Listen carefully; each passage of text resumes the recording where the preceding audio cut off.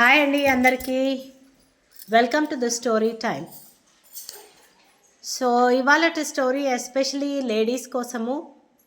ఎవరైతే నీరసపడిపోతుంటారో, ఎవరైతే నాకు రికగ్నిషన్ రావట్లేదు, నేను ఎంత శ్రమించినా కూడా నన్ను ఎవరు మెచ్చుకోవట్లేదు అనే కాన్సెప్ట్ పెట్టుకొని జీవిస్తూ ఉంటారు కదా నిరుత్సాహంతో, వాళ్ళ కోసం ఎస్పెషలీ ఇది అన్నమాట.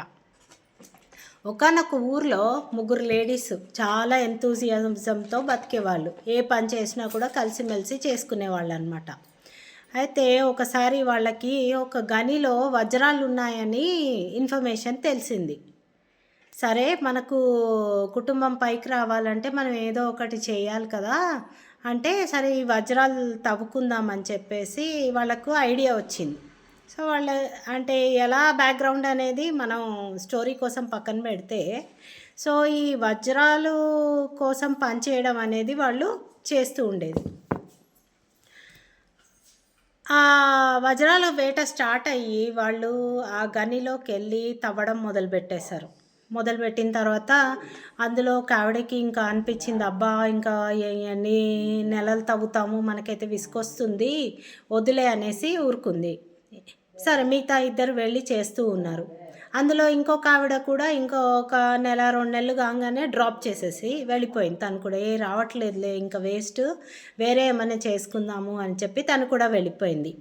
కానీ మూడో ఆవిడ ఏం చేసింది, లేదులే మనం ఇంత శ్రమించాం కదా, ఇంత వర్క్ చేసాం కదా, మేబీ ఇంకా కొంచెం చేసేస్తే తెలిసిపోతుందేమో, ఒకవేళ చేసిన తర్వాత నేను ఇది అనుకొని నేను చేస్తాను, దీని తర్వాత కానీ దొరకకపోతే కనుక నేను మానేస్తాననేసి తను ఇంకా 2 నెలలు కష్టపడింది అనమాట. సో ఆ 2 నెలల కష్టంలో తనకి రిజల్ట్ ఏమై ఉంటుంది? దొరికి ఉండొచ్చు, దొరకకపోయి కూడా ఉండొచ్చు. ఒకవేళ దొరికిందా తను టాప్లోకి వచ్చేస్తుంది. ఒకవేళ దొరకకపోయి ఉంటే నిరుత్సాహపడకుండా తను ఆ స్కిల్స్ ఏవైతే తవ్వడం అనేది నేర్చుకుందో చాలా ఫాస్ట్గా చేయడం అనేది నేర్చుకుందనమాట తను.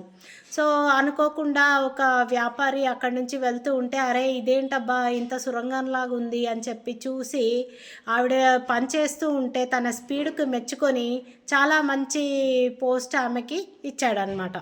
సో చదువు లేకపోయినా కూడా తను ఆ ఫీల్డ్లో తవ్వడం అనే ఫీల్డ్లో చాలా ఎక్స్పీరియన్స్ గెయిన్ చేసుకుందని తనకి మంచి రికగ్నిషన్ వచ్చింది. అండ్ ఆ వజ్రాల గని కూడా తన సొంతమైంది. ఎందుకు అని అంటారా? ఆ వజ్రం రూపంలోనే ఉండకపోవచ్చు. It may be any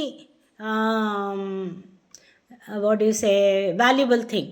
it is only a comparison. వజ్రాలు అనేవి జస్ట్ ఒక స్టోరీ కోసం మనం చెప్తున్నది. ఆ వజ్రం అనేది ఏ రూపంలో అయినా ఉండొచ్చు. అది రికగ్నిషన్ రూపంలో ఉండొచ్చు, డబ్బు రూపంలో ఉండొచ్చు, వస్తువుల రూపంలో ఉండొచ్చు, ప్రేమ రూపంలో ఉండొచ్చు. It can be any valuable thing. So ఇవాళ మనం తెలుసుకోవాల్సింది ఏంటంటే, స్త్రీలు ఎస్పెషలీ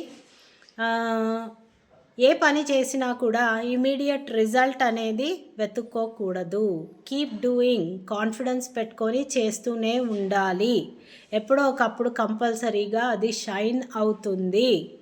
అండ్ ఆ దారిలో నేర్చుకున్న స్కిల్స్ కంపల్సరీగా మీకు ఎక్కడో ఒక దగ్గర ఉపయోగపడతాయి. Thank you so much and have a great day.